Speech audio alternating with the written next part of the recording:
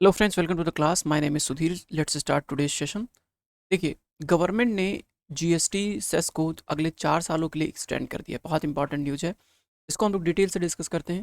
ये सेस क्या चीज़ होता है, सरचार्ज क्या चीज़ होता है, क्यों गवर्नमेंट सेस लगाती है, सरचार्ज क्यों लगाती है, अभी जीएसटी से रिलेटेड क्या इशूज चल रहे हैं, क्यों 4 सालों के लिए एक्सटेंड किया गया, उन सभी चीज़ों को हम लोग डिटेल से समझने की कोशिश करते हैं इस पूरे वीडियो में। तो चलिए शुरू करते हैं। तो यहाँ आप देख सकते हैं, द हिंदू में न्यूज़ आया था कि जीएसटी कंपनसेशन सेस जो था वो अगले 4 सालों के लिए यानी मार्च 2026 तक के लिए एक्सटेंड कर दिया गया है। जिसके चलते हो सकता है कि अब बहुत सारे ऐसे प्रोडक्ट हैं जिनके दाम आपको बहुत ज़्यादा महंगे दिखाई दें, खासकर लग्जरी प्रोडक्ट्स जैसे कि गाड़ी, सोना, ईटीसी। उसके अलावा कुछ सिन प्रोडक्ट्स होते हैं जो नुकसान पहुंचाते हैं लोगों को, उन पर भी ये जीएसटी कंपनसेशन सेस लगता है, जैसे कि तंबाकू, अल्कोहल वगैरह। तो गवर्नमेंट ने कहा है कि अगले 4 सालों के लिए हम इसको कंटिन्यू रखेंगे। अभी 30 जून 2022 तक ये ख़त्म होने वाला था, क्योंकि 2017 में लागू हुआ था और 17 से 22 5 साल कंप्लीट हो गया था। 5 सालों के लिए ही ये जीएसटी कंपनसेशन सेस लाया गया था, लेकिन अब इसको और 5 सालों के लिए एक्सटेंड किया गया है। ऐसा क्यों किया गया, इन सभी चीज़ों को डिटेल से समझने की कोशिश करते हैं इस वीडियो में। चलिए शुरू करते हैं।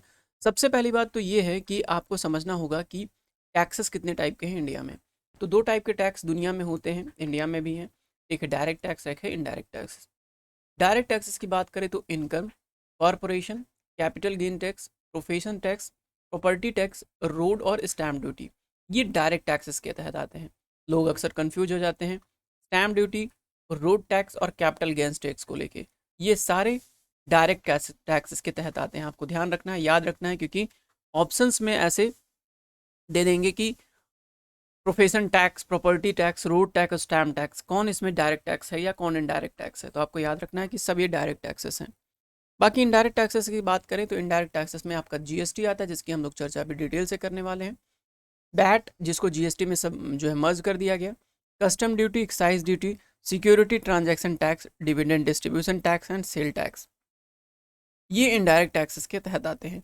आपको जीएसटी के बारे में थोड़ा सा जो है आपको होमवर्क करना चाहिए।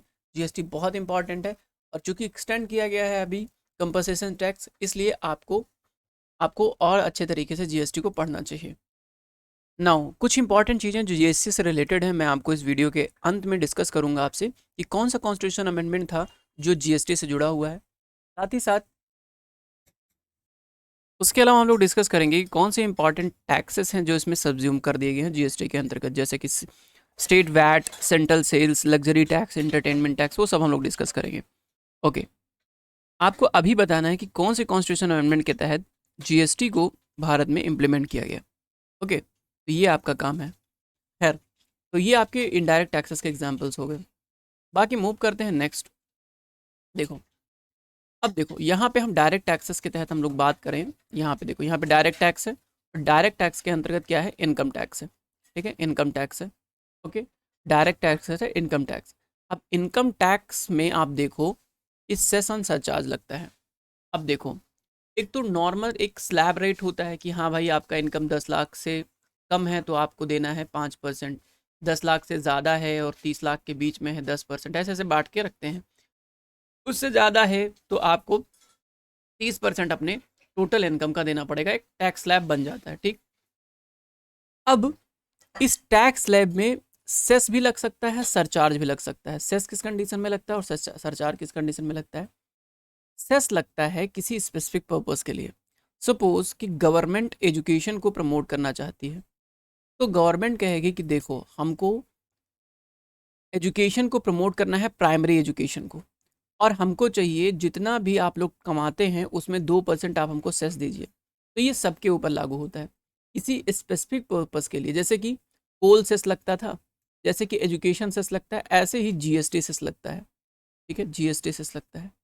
ओके, तो जीएसटी स्पेशल पर्पस था कि स्टेट्स का जो नुकसान हुआ है जीएसटी लाने से, वैट हटाने से, जो उनका पूरा पैसा वैट का चला जाता था स्टेट गवर्नमेंट को, उससे जो नुकसान हो रहा है उसको कंपनसेट करने के लिए जीएसटी कंपनसेशन सेस लाया गया था।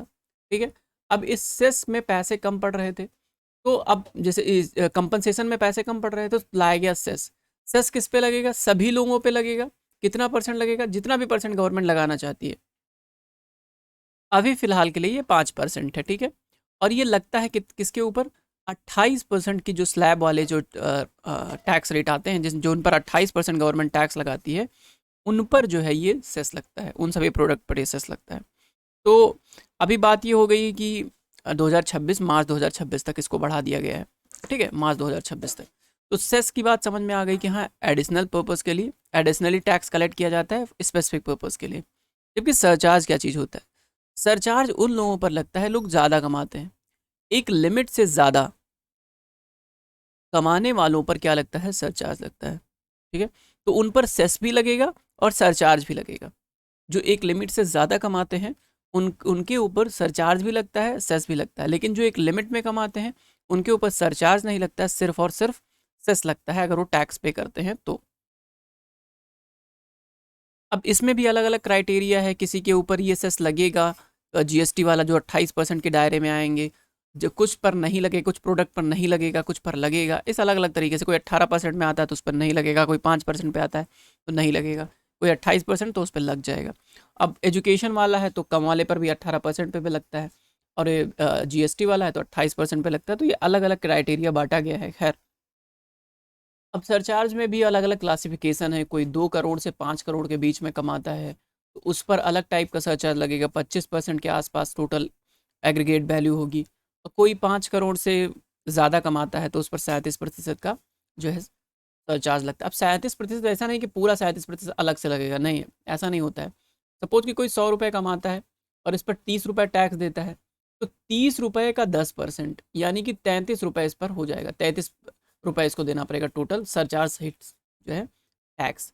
तो ये 33 यानी 30 पर 10% लग रहा है ना। टैक्स ऑन टैक्स इसको बोलते हैं, इसलिए सरचार्ज को बोलते हैं tax on tax. Okay, now इतने से हमारा काम चल जाएगा। सेस, सरचार्ज, टैक्स स्लैब हमने सब कुछ समझ लिया, डायरेक्ट इनडायरेक्ट टैक्सेस समझ लिया। अगर इसके बावजूद भी किसी को समझ नहीं आ रहा है तो इस स्लाइड से आप देख सकते हैं, यहाँ पर बहुत सारी चीज़ें लिखी हुई हैं। देखिए, एक बात आपको पता है कि सेस जो होता है ये ज़रूरी नहीं है कि स्टेट गवर्नमेंट के साथ शेयर ही किया जाए। ऑल्दो सेंट्रल गवर्नमेंट अभी जीएसटी कंपनसेशन जो सेस है स्टेट गवर्नमेंट के लिए ही कमा रही है, लेकिन ये ज़रूरी नहीं है कि वो शेयर किया जाए स्टेट गवर्नमेंट के साथ। बाकी कुछ पॉइंट यहाँ पे भी लिखा हुआ, आप चाहें तो देख सकते हैं। एजुकेशन सेस एंड सरचार्ज के बारे में बहुत अलग अलग तरीके से स्लाइड्स यहाँ पे यूज़ करी गई हैं, आप चाहें तो एक एक करके देख सकते हैं, ठीक है। ओके, समझ में आया। देखो यहाँ पे सरचार्ज देखो अलग अलग इंडिविजुअल्स पे कैसे लगता है, यहाँ पे सेस के बारे में दिया हुआ, एजुकेशन से 4% लगता है, ये सब अलग अलग चीज़ें यहाँ पे दी हुई हैं। ओके, यहाँ पर एक स्लाइड और है सेस को लेके, क्योंकि हम सेस की बात करने वाले हैं। तो टैक्स पर लगता है, ठीक है, सेम रेट सबके ऊपर लगता है, स्पेसिफिक पर्पस के लिए होता है, और स्टेट गवर्नमेंट के साथ इसको हिस्सा शेयर नहीं किया जाता है अब तक। लेकिन जो कंपनसेशन, जो अभी जीएसटी कंपनसेशन है, ये स्टेट गवर्नमेंट के साथ शेयर किया जाएगा। ये डिपेंड करता है सेंट्रल गवर्नमेंट के ऊपर कि वो शेयर करें या ना करें, ये डिपेंड करता है पूरी तरीके से सेंट्रल गवर्नमेंट के ऊपर। नाउ जीएसटी कंपनसेशन की ओर मूव करते हैं। देखो, जीएसटी कंपनसेशन एक इंटर स्टेट टैक्स है, एक इंटर स्टेट सेस है। जीएसटी सेस जो है डिवाइड किया जाता है inter state and intra state. Intra and inter यानी कि उस पर्टिकुलर राज्य में और राज्य से बाहर जब किसी सामान का सप्लाई किया जाता है तो कंपनसेशन प्रोवाइड करने के लिए स्टेट गवर्नमेंट को, क्योंकि रेवेन्यू लॉस हुआ है जीएसटी के इम्प्लीमेंटेशन के द्वारा, तो इसके चलते उस रेवेन्यू लॉस को कंपनसेट करने के लिए जीएसटी कंपनसेशन सेस लाया गया था। 5 सालों के लिए लाया गया था, 2017 में आया था, 2022 में ख़त्म होने वाला था, लेकिन चूंकि बीच में पैंडमिक आ गया, कोरोना आ गया, जिसके चलते जो है इसमें बहुत अच्छा जीएसटी कलेक्शन हो नहीं पाया, तो स्टेट गवर्नमेंट को बहुत फंडिंग की कमी हो गई। उस फंडिंग को कंपनसेट करने के लिए क्या किया है गवर्नमेंट ने, जीएसटी कंपनसेशन सेस को 5 और सालों के लिए बढ़ा दिया, एक्सटेंड कर दिया है अगले 5 सालों के लिए। एक क्वेश्चन और उठता है कि देखो, अगर मान लो कि सब पैसे सेंट्रल गवर्नमेंट के पास आ गए सेस के तहत, और जितना इनको पैसा देना था वो भी कलेक्ट हो गया, तो जो पैसा बचेगा उसका क्या करोगे? तो अगर अनयूटिलाइज्ड पैसा रह जाएगा तो उसको सेंट्रल और स्टेट गवर्नमेंट में आधा आधा बांट दिया जाएगा। ऐसा प्रोविजन इसमें किया गया है। ऐसा नहीं है कि टैक्स पेयर को वापस कर दिया जाएगा, ये प्रोविजन नहीं है यहाँ पे। और जैसा कि मैंने पहले ही बताया कि कुछ इंपॉर्टेंट प्रोडक्ट हैं जो लग्जरी प्रोडक्ट्स के तहत आते हैं या सिन प्रोडक्ट के तहत आते हैं, उन पर जो है ये टैक्स लगाया जाता है, जैसे कि तंबाकू वगैरह। ओके, नाउ मैंने आपसे कहा था कि मैं बताऊंगा कि जीएसटी से रिलेटेड कुछ इंपॉर्टेंट फैक्ट जो आपको काम लगेगा। तो सबसे पहला क्वेश्चन ये है कि जीएसटी किस कॉन्स्टिट्यूशन अमेंडमेंट के तहत इंप्लीमेंट किया गया? तो 101 रुपए में जीएसटी आया था। मैंने आपको याद करवाया था कि 101 रुपए में जीएसटी आया था, मीन्स 101वां कॉन्स्टिट्यूशन 101 कॉन्स्टिट्यूशन अमेंडमेंट जो था 2016 में आया था, और ये किससे रिलेटेड था, ये रिलेटेड था आपकी जीएसटी से रिलेटेड था। ओके, 29 मार्च 2017 को इम्प्लीमेंट किया गया ये पूरी तरीके से, और 1 जुलाई से मतलब ये लागू हो गया था। 29 मार्च को ये पूरी तरीके से जो है साइन वाइन होकर रखा गया था। एक CGST होता है, एक SGST होता है, एक IGST होता है। ये एक डेस्टिनेशन बेस्ड टैक्स है। Destination based tax means, destination based क्या होता है कि जहां पर सामान जा रहा है उस वहां पर जो है टैक्स लागू होगा, डेस्टिनेशन बेस्ड टैक्स। ओके, चलिए आगे बढ़ते हैं। कौन कौन से टैक्स सब्ज्यूम हो जाएंगे इसके तहत, कौन कौन से टैक्स जो है से सब्ज्यूम हो जाएंगे इसके तहत। तो central excise duty, central excise duty इसके तहत सब्ज्यूम हो जाएगा। उसके अलावा स्टेट वैट इसी को कंपनसेट करने के लिए लगातार गवर्नमेंट कोशिश कर रही। Purchase tax, entertainment tax, entry tax, उसके अलावा लग्जरी टैक्स। उसके अलावा अगर हम लोग बात करें तो सेंट्रल सेल्स टैक्स ये भी इसके तहत सब्ज्यूम हो जाएगा। और इससे रिलेटेड एक इम्पॉर्टेंट फैक्ट ये है कि अल्कोहल एंड पेट्रोलियम प्रोडक्ट, इन पर जो है जीएसटी नहीं लगता है। ठीक है, इसको इसके दायरे से बाहर करके रखा गया। तो ये कुछ इंपॉर्टेंट चीज है जो आपको पता होनी चाहिए जीएसटी से रिलेटेड।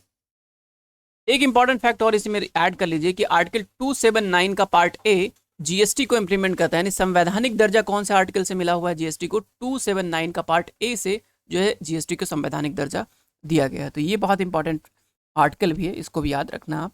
तो आंसर राइटिंग जब करते हैं ना, ऐसे छोटे छोटे फैक्ट डाल देते हैं तो आपका क्वेश्चन जो है क्रीम हो जाता है। खैर, नाउ देखो, अब यही बात न्यूज़ पर हम लोग लौट के आ जाते हैं वापस अपने। देखो, यही बात करी गई है कि 2022 में ख़त्म होने वाला था, 30 जून 2022 को ख़त्म हो रहा है ये, जो 2017 में लगाया गया था। ठीक है, 2017 में जो लगाया गया था 30 जून को ख़त्म हो रहा था। अब जब 30 जून को ख़त्म हो जाएगा तो सेंट्रल गवर्नमेंट के पास पैसे कहाँ से आएंगे? क्योंकि जीएसटी के तहत पैसे तो दे रहे हैं स्टेट गवर्नमेंट को। ठीक है, रेवेन्यू जो कंपनसेट करना है वो तो करना ही करना है, क्योंकि स्टेट गवर्नमेंट के पास पैसे कम पड़ रहे हैं। तो अब इसी को ध्यान में रखते हुए सेंट्रल गवर्नमेंट ने अगले 5 सालों के लिए इसको और एक्सटेंड कर दिया है। इसमें किस पे कितना % लगाया गया है ये सब जानने की ज़रूरत नहीं, क्योंकि एग्जाम के पॉइंट ऑफ व्यू से वो इंपॉर्टेंट है नहीं। ऐसा इसलिए क्योंकि ऐसा कोई स्पेसिफिक टैक्स नहीं पूछा था कि अल्कोहल पे कितना टैक्स लगा दिया, तंबाकू पे कितना लगा दिया। हालांकि एक बारी क्वेश्चन निकला भी था प्रीलिम्स में, तो जो मोटा मोटी प्रोडक्ट है उस पर हो सकता है एक बारी आपका नज़र घुमाने के लिए आप कर सकते हैं, बट इस वाले न्यूज़ में ये इंपॉर्टेंट नहीं है कि किस प्रोडक्ट पे कितना सेस लगेगा। खैर, 5% वाला दायरा मैंने आपको बता ही दिया, वो आप ध्यान रखना। बाकी रिमेनिंग चीज़ें कवर करेंगे हम किसी नेक्स्ट वीडियो में। Thank you so much for watching, have a nice day.